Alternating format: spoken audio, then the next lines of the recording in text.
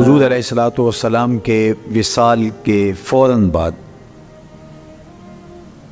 منافقین نے بہت باریک چال چلی، مسلمانوں کی صفوں میں گھس گئے۔ بظاہر لبادے ان کے مسلمانوں والے تھے، تو انہوں نے مسلمانوں سے کہنا شروع کر دیا، لو جی کہانی ختم ہو گئی، ساری رونقیں حضور کے دم سے تھیں، نمازیں تھیں، روزے تھے، لوگ اپنے اموال کی زکوٰۃ دیا کرتے تھے، حج کا اجتماع تھا، یہ سب کچھ ختم ہو جائے گا۔ اب کون مال خرچ کرے گا؟ کس نے جان راہ خدا میں قربان کرنی ہے؟ کوئی سحر کے وقت اٹھ کے کیوں مسجد میں آئے گا؟ بظاہر حال کو بیان کر رہے ہیں، لیکن اس کے اندر چھپا ہوا ظاہر تھا۔ جو نئے قبائل اسلام لائے تھے، یہ خبر جب ادھر پہنچی تو انہوں نے ارتداد کا رستہ اختیار کر دیا۔ بہت سارے قبیلے، آپ پڑھیں تاریخ، مرتد ہو گئے، کسی نے زکوٰۃ دینے سے انکار کر دیا، مسیلمہ کذاب نے اپنی جھوٹی نبوت کا دعویٰ کھڑا کر دیا۔ حضرت صدیق اکبر کا دل زخمی ہے، کلیجہ زخمی ہے، لیکن اب اس صورتحال کا جب آپ نے مشاہدہ کیا تو آپ آگے بڑھے اور ایک اونچے ٹیلے پہ کھڑے ہوئے لوگوں کو اشارہ کیا۔ لوگوں نے جناب ابو بکر رضی اللہ تعالیٰ عنہ کو دیکھا تو ادھر لپک کے آ گئے، تو حضرت ابو بکر صدیق رضی اللہ تعالیٰ عنہ نے مختصر خطاب کرتے ہوئے آپ نے کہا، لوگوں مجھے ایک بات بتاؤ، تم اللہ کی عبادت کرتے تھے کہ رسول اللہ کی عبادت کرتے تھے؟ لوگوں نے کہا کہ ہم اللہ کی عبادت کرتے تھے۔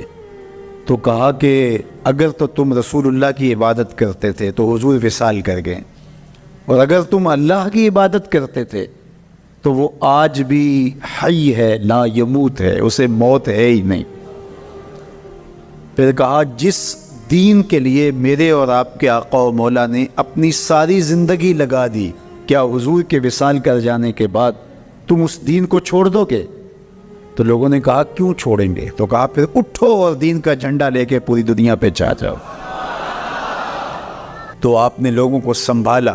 تو حضرت عبداللہ ابن مسعود رضی اللہ تعالیٰ عنہ فرماتے ہیں کہ اگر حضرت ابو بکر رضی اللہ تعالیٰ عنہ کے ذریعے سے اللہ ہمارے اوپر احسان نہ کرتا تو ہم ہلاک ہو جاتے۔ اس امت کو بکھرنے سے بچایا ہے، شیرازہ متحد رکھا ہے، تو وہ ذات سیدنا صدیق اکبر رضی اللہ تعالیٰ عنہ۔ اور حضور یہ سارے اشارے دے کر گئے تھے۔ ایک خاتون آئی، کوئی کام تھا اس کو، اس نے کہا، تو حضور نے فرمایا پھر آنا۔ تو اس نے کہا کہ اگر میں پھر آؤں تو آپ نہ ہوں، اس کی مراد یہ تھی کہ آپ وصال کر گئے ہوں۔ تو آقا کریم علیہ السلام نے فرمایا، اگر میں نہ ہوا ابو بکر تو ہوں گے، میں نہ ہوا تو ابو بکر کے پاس آ جانا۔ اللہ اکبر۔ حضور نے حضرت ابو بکر رضی اللہ تعالیٰ عنہ کو اپنی زندگی میں مصلی پہ کھڑا کیا۔ ترمذی کے لفظ ہیں، حضور نے ارشاد فرمایا، لا ینبغی لقوم فیہم ابو بکر ان یؤمہم غیرہ، کسی قوم کے لیے مناسب ہی نہیں ہے کہ ابو بکر ان کے اندر رہتا اور امامت کوئی اور کروائے۔ مروا ابا بکر فلیصلی بالناس، ابو بکر کو حکم دو کہ وہ لوگوں کو نماز پڑھائے۔ اور پھر مصلی پہ جا کے حضرت ابو بکر کھڑے ہوئے۔ 17 نمازیں حضور علیہ الصلوۃ والسلام کی حیات طیبہ کے اندر حضرت ابو بکر نے پڑھائی۔ اللہ اکبر۔ فرمایا، ما نفعنی مال احد قط ما نفعنی مال ابی بکر، مجھے کسی کے مال نے اتنا نفع نہیں دیا جتنا ابو بکر کے مال نے دیا۔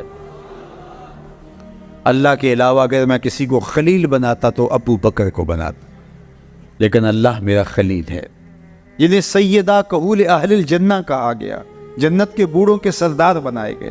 حضور نبی رحمت صلی اللہ علیہ وآلہ وسلم کی نیابت اور حضور علیہ الصلوۃ والسلام کی خلافت کا تاج ان کے سر پہ رکھا گیا، جن کی صحابیت کو میرے رب نے قرآن میں بیان فرمایا، اذ یقول لصاحبہ لا تحزن ان اللہ معنا۔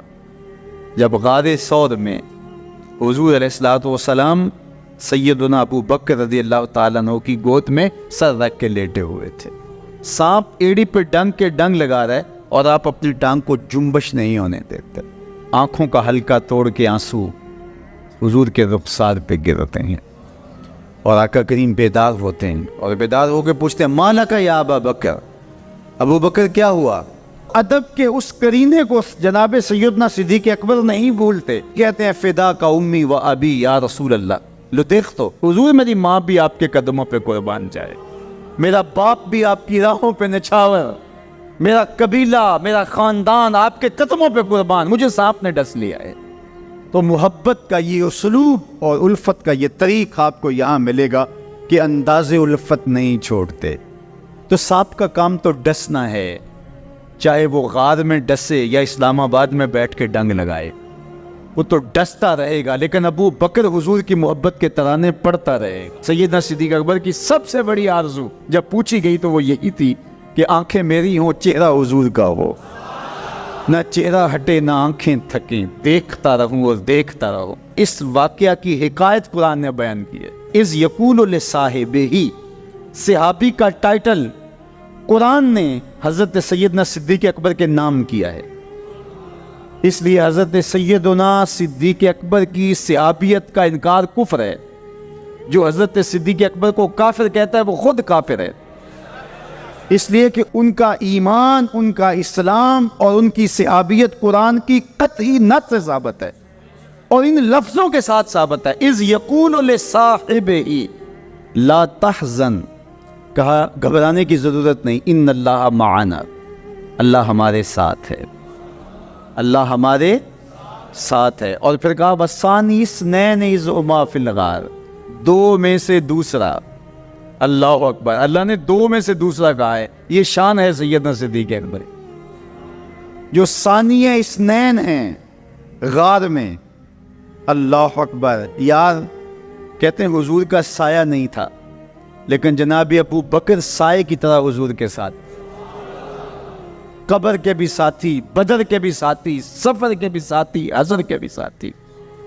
تو حضرت صدیق اکبر رضی اللہ تعالیٰ عنہ کی صحابیت قطعی نص سے ثابت ہے، اور سیدنا صدیق اکبر رضی اللہ تعالیٰ عنہ حضور علیہ الصلوۃ والسلام کے خسر ہیں۔ حضرت سیدنا صدیق اکبر رضی اللہ تعالیٰ عنہ کا دایاں ہاتھ حضور نے اپنے ہاتھ میں پکڑا ہے اور بایاں حضرت عمر کا ہاتھ پکڑا ہے، اور حضور ایسے مسجد نبی سے باہر نکل رہے ہیں اور کوئی شخص داخل ہوا، فرمایا قیامت کے دن ہم ایسے ہی اٹھائے جائیں گے، دائیں ہاتھ میں ابو بکر کا ہاتھ ہوگا، بائیں ہاتھ میں عمر کا ہاتھ۔ اللہ اکبر، یہ ہیں حضرت ابو بکر رضی اللہ تعالی۔ جو بدبخت سیدنا صدیق اکبر رضی اللہ تعالی عنہ کے ایمان پہ شک بھی کرے وہ مومن نہیں رہتا۔ یہ وقت بھی آنا تھا ہمارے اوپر کہ پاکستان کے دارالحکومت میں کھڑے ہو کر کے سیدنا صدیق اکبر رضی اللہ تعالی عنہ کے بارے میں ایسے نازیبہ کلمات کہے جانے، استغفر اللہ، العیاذ باللہ۔ حضور علیہ الصلوۃ والسلام نے ارشاد فرمایا اذا رأیتم الذین یسبون صحابی فقولوا لعنۃ اللہ علی شرکم۔ عبداللہ ابن عمر سے روایت ہے، حضور نے فرمایا اگر تم کچھ لوگوں کو دیکھو کہ میرے اصحاب کو گالی دیتی اور تم کہو تمہاری شر پہ اللہ کی لعنت ہو، یہ حضور نے حکم دیا ہے کہ یہ اس کے جواب میں کہو۔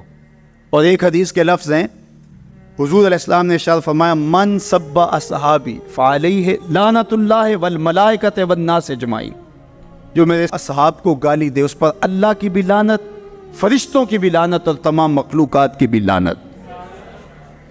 تو یہ ملعون جو حضرت سیدنا صدیق اکبر اور دیگر اصحاب کو بھونکتے ہیں اور ان کے بارے میں نازیبہ کلمات کہتے ہیں، ان کی شر سے اس ملک کو پاک کرنا چاہیے۔ 1400 صحاب کے ساتھ حضور عمرے کے لیے تشریف لاتے ہیں، کفار مکہ کھڑے ہو گئے کہ ہم عمرہ نہیں کرنے دیں گے، لڑائی ہوگی۔ حضرت عثمان غنی رضی اللہ تعالیٰ عنہ کو بھیجا کہ ہم عمرہ کر کے واپس چلے جائیں گے، کوئی لڑائی کا ارادہ نہیں ہے۔ انہوں نے کہا یہ نہیں ہوگا، عثمان آپ آئے ہو تو خیر۔ صلح حدیبیہ کا موقع آیا تو عروہ بن مسعود کی قیادت میں قریش مکہ نے مذاکرات کیے حضور علیہ السلام سے، تو ایک صلح نامہ طے پا گیا۔ اس کی شرائط میں سے ایک شرط یہ تھی کہ مکے سے اگر کوئی شخص بھاگ کر کے مدینہ المنورہ جائے تو اہل مدینہ اس کو پناہ نہیں دے سکیں گے، وہ ہمارا بگوڑا شخص ہوگا تو اس کو پناہ نہیں دے سکیں گے۔ اور اگر کوئی شخص مدینہ المنورہ سے مکہ واپس آنا چاہے تو اہل مکہ اس کو پناہ دینے کے مجاز ہوں گے۔ تو حضرت عمر رضی اللہ تعالیٰ عنہ اس شرط پر بہت پریشان ہوئی اور حضرت ابو بکر صدیق رضی اللہ تعالیٰ عنہ سے جا کے بات کی اور کہا کیا ہم حق پہ نہیں ہیں؟ کہا حق پہ ہیں۔ حضور اللہ کے سچے رسول نہیں ہیں؟ کہا حضور اللہ کے سچے رسول ہیں۔ تو کہا 1400 کی تعداد معقول ہے، پھر ہم دب کے صلح کیوں کریں؟ صلح کی شرائط برابر کی ہونی چاہیے، اگر کوئی ان کا بھاگ کر کے آ جائے ادھر سے تو وہ ہم پناہ دے سکیں، اور اگر ہمارا جائے تو وہ پناہ دے سکیں، یا پھر وہ بھی نہ دے ہم بھی نہ دیں۔ تو حضرت ابو بکر رضی اللہ تعالیٰ عنہ نے بغیر کسی تعامل کے ایک بات کہی کہ عمر کیا اس شرط کو حضور قبول کر رہے ہیں؟ تو کہا وہ قبول کر رہے ہیں۔ تو برجستہ دوسرا جملہ آیا، کہا عمر ہوا رسول اللہ صلی اللہ علیہ وسلم، عمر وہ اللہ کے رسول ہیں۔ جب وہ قبول کر رہے تو بات ختم۔ یہ تھا وہ تیقن۔ اس کو اس مفہوم میں بھی لے سکتے ہیں، عقل قربان کم بپیش مصطفیٰ، یہاں پہ سارے راستے بند ہو جاتے ہیں، یہ ہے وہ یقین۔ تو کہا ہوا رسول اللہ، یہ برجستہ جملہ ہے جو یقین کی بجلیاں بھر دیتا ہے روحوں کے اندر۔ یہ کوئی حرج نہیں ہے کہ کسی بھی مسئلہ شرعی اور کسی بھی دینی امر میں آپ لاجک تلاش کر لیں، مل جائے تو اچھی بات ہے، لیکن یہ مزاج بنانا کہ اس کا لاجک کیا ہے، اس کا لاجک کیا ہے۔ تو اب ذرا دیکھیے کہ جو ظاہری اس پہ بات اٹھتی تھی کہ 1400 کی ہماری تعداد ہے اور وہ اتنے ہیں، تو برجستہ جو جواب دیا وہ یہ تھا ہوا رسول اللہ صلی اللہ علیہ وسلم، کہ وہ اللہ کے رسول ہیں۔ تو حضرت عمر وہیں خاموش ہو گئے۔ آگے چلیے، حضور علیہ السلام کا وصال ہوتا ہے۔ اس سے قبل لشکر اسامہ حضور روانہ کر چکے ہیں۔ 17-18 سال عمر تھی تو ان کی قیادت کے اندر حضور نے ایک لشکر تیار کیا۔ تو یہ لشکر ابھی جرف کے مقام پہ پہنچا تھا کہ حضور کا وصال ہو گیا۔ خبر پہنچ گئی تو اب حضرت اسامہ کیسے بڑھ سکتے تھے، واپس آ گئے۔ تو تدفین کے بعد حضرت سیدنا ابو بکر صدیق رضی اللہ تعالی عنہ جو کہ خلیفہ بنا دیے گئے تھے، انہوں نے جو حکم جاری کیا وہ یہ تھا کہ اسامہ بن زید اپنے ہدف پہ دوبارہ روانہ ہو۔ تو صحابہ نے کہا کہ بڑے بڑے جنگی ماہرین اس لشکر کے ساتھ ہیں، تو پیچھے سے اگر حملہ ہو گیا تو یہ نقصان کا سبب اور ذریعہ بن سکتا ہے، لہٰذا حکمت یہ ہے کہ اس لشکر کو ابھی کچھ دیر کے لیے روک لیا جائے۔ تو میں نے یقین کی بات سیدنا صدیق اکبر کے حوالے سے آپ کے سامنے رکھنا شروع کی ہے، تو سنیے کیا جواب آتا ہے۔ انہوں نے جواب میں کہا واللہ اگر مجھے یقین ہو کہ جانور درندے جنگلوں سے آ کے میرے بدن کی بوٹیاں بھی نوچ لیں تب بھی لشکر اسامہ کو بھیجوں گا، اس لیے کہ اس کو روانہ اللہ کے رسول فرما چکے۔ پھر اس کا نتیجہ کیا ہوا؟ جو قبائل پر توڑ رہے تھے حضور کے وصال کی وجہ سے، جن کے کچھ حوصلے بڑے تھے، انہوں نے سوچا ان کا کتنا سسٹم مضبوط ہے کہ یہ ان حالات کے اندر بھی لشکر کو روانہ کرنے کی پوزیشن میں ہے، اور جدھر لشکر گیا انہیں یہ خبر پہلے پہنچ گئی کہ حضور علیہ السلام کا وصال ہو گیا، لیکن انہوں نے سوچا کہ ان حالات کے اندر بھی لشکر حملہ آور ہو رہا ہے ہمارے اوپر، تو اس کا مطلب ہے یہ کتنے مضبوط ہو گئے ہوئے ہیں۔ تو لشکر بھی کامیاب اور بامراد مظفر ہو کر کے واپس پلٹا، اور کسی کو مدینہ المنورہ کی طرف میلی آنکھ سے نظر اٹھا کے دیکھنے کی ہمت بھی نہ پڑی۔ یہ سیدنا صدیق اکبر رضی اللہ تعالی عنہ کے یقین کا، اعتماد کا، بھروسے کا، اور حضور علیہ الصلوۃ والسلام کی ذات پر ان کا جو اذعان و یقین تھا اس کا نتیجہ تھا۔ تو یقین کی کائنات کا اگر کسی نے شہنشاہ دیکھنا ہے تو وہ ابو بکر صدیق رضی اللہ تعالی عنہ، ان کی پوری زندگی یقین کی دولتوں سے بھری پڑی ہے، صاحب صدق بھی ہیں، صاحب یقین بھی ہیں۔ یقین کی جس عظمت پر وہ فائز المرام ہیں، تو ان کی گرد راہ بھی اگر نصیب ہو جائے تو یقین کی دولت نصیب ہوتی ہے۔ تیقن کی دولت کے بادشاہ اور یقین کی دولت کے امام حضرت ابو بکر صدیق رضی اللہ تعالیٰ عنہ کا 22 جمادی الثانی کو انتقال ہوا، تو اطراف و اکناف عالم میں ان کا تذکرہ اور ان کے ذکر کی مہک اور خوشبو پھیلائی جاتی ہے۔ اور کیوں نہ ہو کہ وہ اتنی عظمتوں کے حامل تھے کہ وہ عظیم المرتبت صحابی جن کے بارے میرے حضور نے ارشاد فرمایا اگر نبوت کا دروازہ بند نہ ہوا ہوتا تو میرے بعد عمر نبی ہوتا، وہ عمر جس کے بارے میں کہا ان الشیطان یفر من ذل عمر، میرے عمر کے سائے سے شیطان بھی بھاگ جاتا ہے۔ تو وہ عمر کہتے ہیں کاش میں ابو بکر کے سینے کا بال ہوتا۔ اب مرتبہ بتائیے کیا ہوگا سیدنا صدیق اکبر۔ حدیث بخاری ہے کہ حضرت ابو بکر صدیق کا ذکر کرنے لگے، حضرت عمر تو رو پڑے، کہا کہ کاش میری زندگی کی ساری نیکیاں ابو بکر لے لے اور غار والی نیکی مجھے دے۔ اور ام المومنین فرماتی ہیں کہ تاروں بری شب تھی، جگمگاتے تارے دیکھے تو دل میں خیال آیا، تو میں نے حضور سے کہا حضور اتنی نیکیاں بھی کسی کی ہو سکتی ہیں، اور دل کے گوشے میں یہی تھا کہ میرے باپ کا نام لیا جائے گا، لیکن آقا نے برجستہ کہا عمر کی، تو تھوڑی خاموش سی ہو گئی، اس لیے توقع کچھ اور تھی۔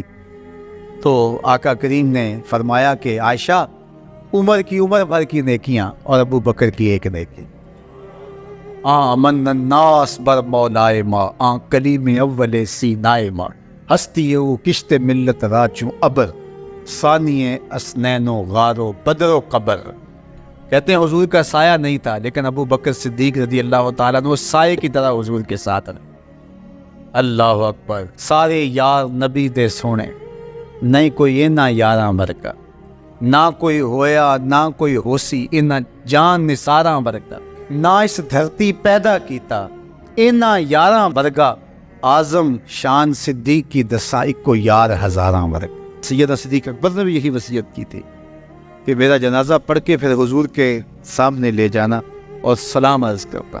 حضرت انس سے بھی روایت، حضرت علی سے بھی روایت ہے، حضرت صدیق اکبر کی وصیت تھی حضور کے پاس لے جانا اور حضور سے اجازت مانگنا ہے، اجازت مل جائے تو قدموں میں دفن کر دینا، ورنہ جنت البقیع میں۔ تو حضرت علی المرتضیٰ اور حضرت انس روایت کرتے ہیں کہ ایسا ہی ہوا کہ ہم نے جنازہ اٹھایا، پڑھا اور پھر حضور کے مواجہ انور کے سامنے رکھ دیا، اور سارے ہاتھ باندھ کے عرض کرتے یا رسول اللہ ھذا ابو بکر یستاذن، اے اللہ کے پیارے محبوب صلی اللہ علیہ وسلم، یہ ابو بکر ہیں، آپ سے اجازت طلب کرتے ہیں، آپ کی قربت میں دفن ہونے کا شوق ہے، ہمیں کیا حکم ہے؟ تو اس وقت حجرہ عائشہ تھا، یہ گنبد خضرا نہیں بنا ہوا تھا، صرف حجرہ تھا، اس کو تالا لگا تھا، چابی حضرت عائشہ کے پاس ہوا کرتی تھی رضی اللہ تعالی عنہ، تو تالا لگا ہوا تھا اور لوگوں نے رکھ کے یہ عرض کیا، تو پھر کیا ہوا کہ وہ تالا خود بخود کھلا، پھر کنڈی بھی خود بخود کھلی، اور پھر جو دروازہ تھا وہ خود بخود کھلا، اور اندر سے آواز آئی اوصل الحبیب الی الحبیب لأن الحبیب الی الحبیب مشتاق، یار کو یار سے ملا دو، یار تو پہلے یار کا انتظار کر رہا ہے۔ تو قبر انور سے یہ آواز آئی، حضور کے روضہ انور سے یہ آواز، اور ہمارا عقیدہ ہے اور مسلمہ عقیدہ ہے اور تمام امت کا عقیدہ ہے کہ حضور اپنی قبر میں زندہ ہیں۔ میری زبان وہ بوجھ نہیں اٹھاتی جو لوگ کہتے ہیں، یہ حضرت شیخ عبد الحق محدث دہلوی علیہ رحمہ نے لکھا ہے تتمہ مدارج النبوہ میں، آپ کہتے ہیں اللہ کا شکر ہے بہت سارے معاملات میں امت میں اختلاف پیدا ہو گئے، لیکن اللہ کا شکر ہے کہ اس معاملے میں تو کوئی اختلاف نہیں کہ حضور اپنی قبر انور میں زندہ ہے۔ یہ حضرت شیخ نے لکھا ہے، تو اس کا مطلب ہوا کہ یہ بات کا اختلاف ہے، تو حضور علیہ السلام اپنی قبر انور میں زندہ ہیں۔ حضرت ابو درداء رضی اللہ تعالی عنہ نے جب آقا کریم نے درود و سلام کی ترغیب دی تو کہا حضور جب آپ انتقال کر چکے ہوں گے تو کیا ہم اس وقت بھی آپ پہ درود پڑھیں؟ تو حضرت ابو درداء نے جب حضور سے پوچھا، ابن ماجہ کی روایت ہے، تو کہا حضور جب آپ وصال کر چکے ہوں گے تو درود و سلام اس وقت بھی جاری رکھیں؟ تو آقا کریم علیہ السلام نے ارشاد فرمایا انما حرم علی الارض ان تاکل اجساد الانبیاء فنبی اللہ حی یرزق، فرمایا ہاں بعد میں بھی میرے پر درود جاری رکھنا، اللہ نے مٹی پہ حرام کر دیا ہے کہ وہ نبیوں کے جسم کو کھائے، نبی قبروں میں زندہ ہوتے ہیں، ان کو رزق دیا جاتا۔ میرے حضور نے کہا نا ارسلت الی الخلق کافہ، میں تمام مخلوق کا رسول بنا کے بھیجا ہوں، تمام مخلوق کا، صرف انسانوں کا نہیں، تمام مخلوق، ارسلت الی الخلق کافہ، تمام مخلوقات کا رسول ہو۔ تو حضور مٹی کے بھی رسول ہیں، تو کیا مٹی اپنے رسول کو کھا جائے گی؟ یہ کیسے ہو سکتا ہے؟ تو مٹی کے اوپر حرام ہے، یہ لفظ ہے انما حرم علی الارض ان تاکل اجساد الانبیاء، اللہ نے مٹی پر حرام کر دیا کہ وہ نبیوں کے جسم کو کھائے۔ فنبی اللہ حی یرزق، یہ سیاستہ کی روایت پڑھ رہا ہوں، نبی اپنی قبروں میں زندہ ہوتے اور انہیں رزق بھی دیا جاتا۔ آیا حضور علیہ السلام نے انت صاحبی فی الغار و صاحبی علی الحوض، اے ابو بکر تم غار میں بھی میرے ساتھی ہو اور حوض کوثر میں بھی میرے ساتھی ہو۔ اور آقا کریم علیہ السلام نے یہ بھی ارشاد فرمایا سب سے زیادہ جس نے میرے اوپر احسانات کیے ہیں وہ ابو بکر ہے۔ حضور نے فرمایا کسی کے مال نے مجھے اتنا نفع نہیں دیا جتنا ابو بکر کے مال نے دیا، جتنا ابو بکر کے مال نے دین کو، اسلام کو، میرے کاز کو نفع دیا ہے، میرے حضور نے فرمایا اتنا کسی کے مال نے نفع نہیں دیا۔ اللہ اکبر، فبکا ابو بکر، تو جب یہ بات حضور نے کہی تو ابو بکر رونے لگے. وقال ما انا ومالی الا لکا، حضور میں بھی آپ کا ہوں، مال بھی آپ کا ہے. اللہ اکبر. حضرت ابو بکر صدیق رضی اللہ تعالی عنہ نے حضور علیہ الصلوۃ والسلام کے ساتھ جو محبتوں کا ذکر کیا، اور پھر آقا کریم علیہ الصلوۃ والسلام نے ان کا جو اختصاص فرمایا. ایک خاتون آئی اور اس نے حضور سے کوئی مسئلہ پوچھا تو آقا کریم نے فرمایا پھر آ جانا. تو اس نے کہا اگر میں پھر آؤں اور آپ نہ ملیں، اس کا مطلب یہ تھا کہ آپ اس دنیا سے کوچ کر گئے ہوں، تو پھر تو فرمایا میں نہیں ملوں گا، ابو بکر تو ملے گا نا. تو علماء نے کہا یہ خلافت کی طرف اشارہ ہے.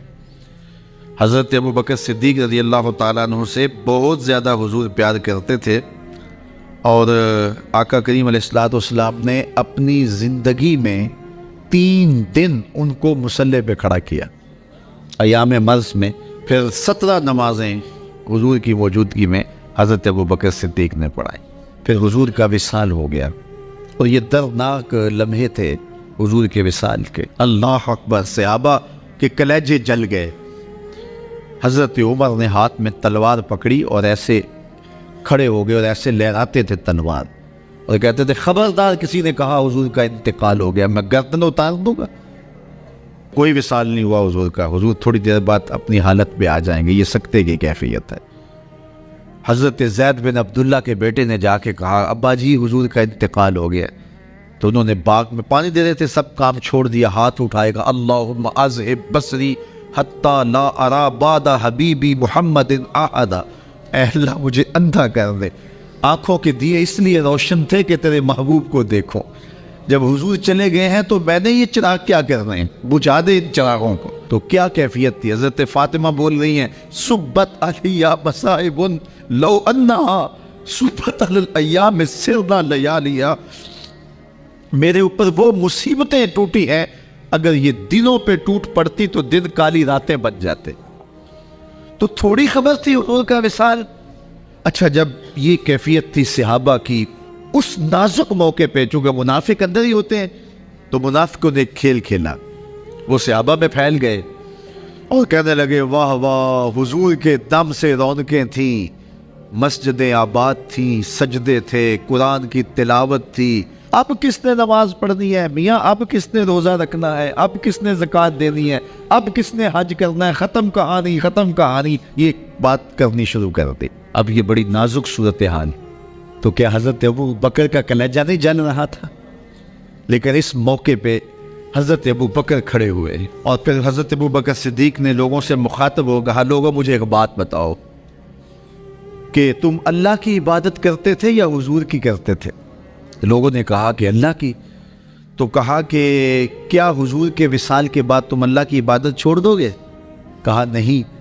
کہا مجھے بتاؤ جس دین کو سر بلند کرنے کے لیے حضور نے اپنی ساری زندگی لگا دی، تو کیا حضور کے چلے جانے کے بعد اس مشن کو چھوڑ دو گے؟ لوگوں نے کہا نہیں. تو کہا پھر اٹھو اور نبی کے دین کا پرچم تام لو. حضور کا وصال ہو گیا ہے، اب حضور کے مشن کو ہم نے اٹھانا اور اپنے کندھوں پہ وہ بوجھ لینا ہے. تو کیا جس کے لیے حضور نے اپنی جان تک دے دی، تو کیا ہم وہ مشن چھوڑ دیں گے؟ صحابہ کے اندر ہمت پیدا ہوئی. کہا کیوں چھوڑیں گے، ہم تو اٹھیں گے اور پہاڑوں سے بھی ٹکرا جائیں گے. تو یہ وہ موقع تھا جس موقع کو سنبھالا حضرت ابو بکر نے. منافق تو چال چل گئے تھے، صحابہ پر صدموں کے پہاڑ ٹوٹ رہے تھے. ساری ذریت اسلام ساری زندگی جو ہے وہ تعریفیں کرتی رہے، مدح و ستائش کرتی رہے. ابو بکر صدیق کا یہ حق نہیں ادا ہو سکتا. یہ احسان کیا ہے امت کے اوپر حضرت ابو بکر صدیق نے. اس کائنات میں جتنے بھی انسان بستے ہیں ان میں سے افضل مجد و شرف کے لحاظ سے اہل ایمان ہیں.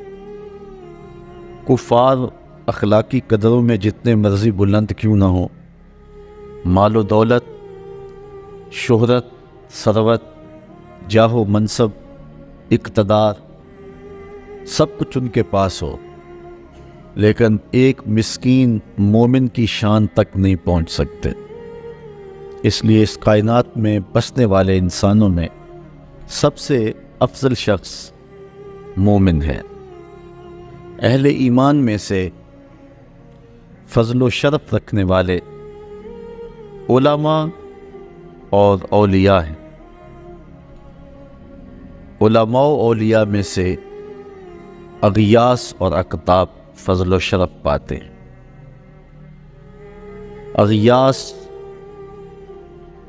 اور اقطاب کا جہاں نقطۂ عروج ہوتا ہے وہاں تابی کا مرتبہ شروع ہوتا ہے، اور جہاں تابی اپنے نقطۂ کمال کو پہنچتا ہے وہاں صحابی کا کمال اور عظمتیں شروع ہوتی ہیں۔ صحابہ میں سے جو مہاجر صحابہ ہیں وہ فضیلت والے ہیں۔ مہاجر و انصار میں سے جو بدر میں شریک ہوئے ہیں وہ افضل ہیں، اور ان میں سے عشرہ مبشرہ جن 10 لوگوں کے لیے حضور نے جنت کی بشارت دی وہ افضل ہیں۔ ان 10 لوگوں میں 4 اصحاب افضل اور مرتبہ و مقام سے اعلیٰ ہیں، اور ان 4 میں سے سب سے افضل حضرت ابو بکر صدیق رضی اللہ تعالیٰ عنہ۔ یہ ہمارا اہل ایمان کا عقیدہ ہے۔ صحابہ کے درجے متفاوت ہیں۔ جس طرح آسمان کے اوپر نظر دوڑائیں تو آپ کو ستارے نظر آتے ہیں، کوئی روشن، کوئی ٹمٹماتا ہوا، کوئی بڑا واضح، اس طرح اس افق پہ بھی آپ کو ستارے نظر آئیں گے۔ صداقت کے تارے بھی ہوں گے، عدالت کے ستارے بھی ہوں گے، ولایت کے، امامت کے، طرح طرح کے ستارے نظر آئیں گے۔ درجوں کے اعتبار سے متفاوت ہیں، لیکن حضور علیہ السلام کے تمام صحابہ کی تعظیم و توقیر ہمارے اوپر واجب ہے۔ سب سے افضل صحابی جس کو شرف ملا اور عظمت سب سے فضیلت والی نصیب ہوئی وہ حضرت ابو بکر صدیق کی ذات ہے۔ کہتے ہیں حضور کا سایہ نہیں تھا، لیکن یہ سائے کی طرح حضور کے ساتھ ہی رہے، ساری زندگی حضور کے ساتھ گزاری۔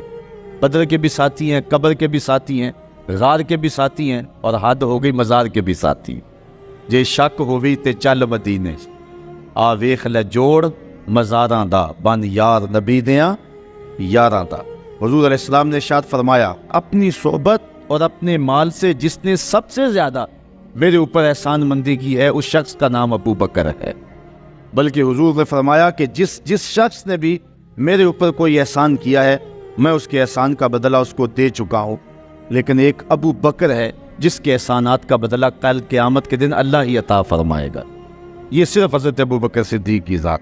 اور حضرت عمر کہتے ہیں، قال ابو بکر سیدنا و خیرنا و احبنا الی رسول اللہ صلی اللہ علیہ وسلم۔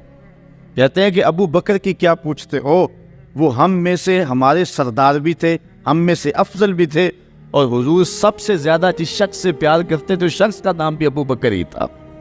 سب سے زیادہ حضور ان سے ہی پیار کیا کرتے تھے۔ حضرت عائشہ رضی اللہ تعالیٰ عنہ فرماتی ہیں کہ جب حضور علیہ السلام کا آخری وقت آیا تو آقا کریم علیہ السلام نے فرمایا کہ ابو بکر کو حکم دو کہ لوگوں کو نماز پڑھائیں۔ میں نے عرض کی کہ وہ رقیق القلب ہیں، مصلی پہ جب آپ کو نہیں پائیں گے تو بے چین ہو جائیں گے، کسی اور کے لیے حکم نامہ جاری کرو۔ حضور علیہ السلام نے فرمایا کسی قوم کے لیے مناسب ہی نہیں ہے کہ ابو بکر ان کے اندر رہتے اور امامت کوئی اور کروائے۔ ابو بکر کا حق ہے کہ وہ امامت کروائیں۔ حضرت عمر رضی اللہ تعالیٰ عنہ سے ایک روایت سنیے، کہتے حضور نے ایک مرتبہ فنڈ کے لیے ارشاد فرمایا کہ لاؤ راہ خدا میں پیش کرو، تو میرے پاس اتنی خوشحالی تھی کہ اتنی کبھی خوشحالی ہوئی نہیں تھی۔ تو میں نے کہا اگر ابو بکر سے بڑھ سکتا ہوں تو آج بڑھ سکتا ہوں۔ میں گیا اور آدھا مال لے آیا۔ حضور نے پوچھا عمر گھر والوں کے لیے کیا چھوڑا ہے؟ میں نے کہا اتنا ہی چھوڑا ہے، آدھا لے آیا ہوں، آدھا چھوڑا ہے۔ کہتے ہیں پھر ابو بکر سارا مال ہی سمیٹ کے لے آئے۔ اللہ اکبر۔ حضور نے کہا ابو بکر تم گھر کے لیے کیا چھوڑا ہے؟ حضرت ابو بکر رضی اللہ تعالیٰ نے کہا اب کہت لہم اللہ و رسولہ، حضور میرے سامنے بھی آپ ہیں، میرے گھر میں بھی تو آپ ہی ہیں نا۔ وہ اپنے نام لیواؤں کو تنہا چھوڑتے کب ہیں، جہاں ہم دم نہ ہو کوئی وہاں سرکار ہوتے ہیں۔ تو کہا میں اللہ اس کے رسول کی رضا کو گھر چھوڑ آیا ہوں۔ حضرت عمر کہتے ہیں پھر میں نے کہا کہ میں ابو بکر سے کبھی بھی نہیں پڑھ سکتا۔ اللہ تعالیٰ نے ان کو شان ہی انوکھی دی۔